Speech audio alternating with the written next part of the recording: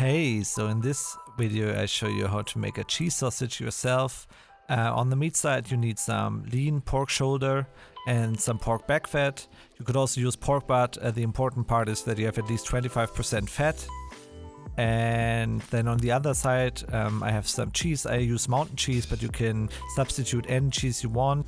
Also, in terms of the spices, this is like my standard, and you can always adapt it and add some spices or herbs as you want. And you can also, of course, use different types of cheeses, like multiple cheeses. Yeah, completely up to you.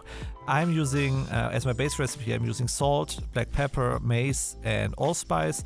And as I said, this is like the base, and you can add various types of spices, can make it like a Mediterranean or more like American with like cheddar and jalapeno, completely up to you. The process: first cut the meat and fat into strips or cubes that fit your meat grinder later on.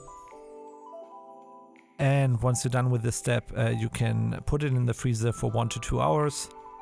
In the meantime, you can cut the cheeses into cubes. You could also grind them later with the meat, also works.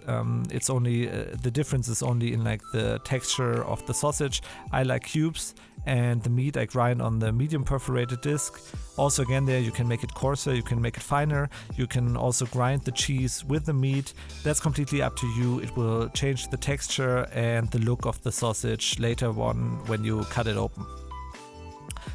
I grind it through once, and then I add the spices and mix everything well. Make sure that it has a nice binding. Mix it for at least 3-4 minutes, and then you can add the cheese cubes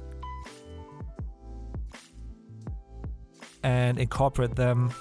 Make sure they are evenly distributed. If it's too smeary, you can also use some water and add it to it. For filling, I'm using pork casings caliber 28-30. Fill in the sausage meat. Make sure that you don't fill them too full, otherwise they will burst later on. And then it's time to link the sausages. The length is completely up to you.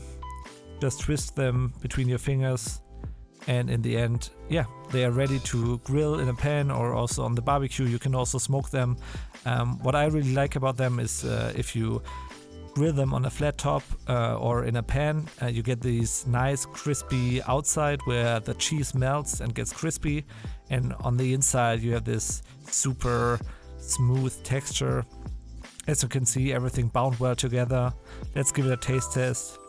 Wow, yeah, and even though this is the base version, it really tastes, it really carries the flavor of the cheese, so make sure you use a high quality cheese. And yeah, the full recipe as always is below. If you like this recipe, then please give me a thumbs up, subscribe to the channel, and I'll see you in the next video. Bye bye.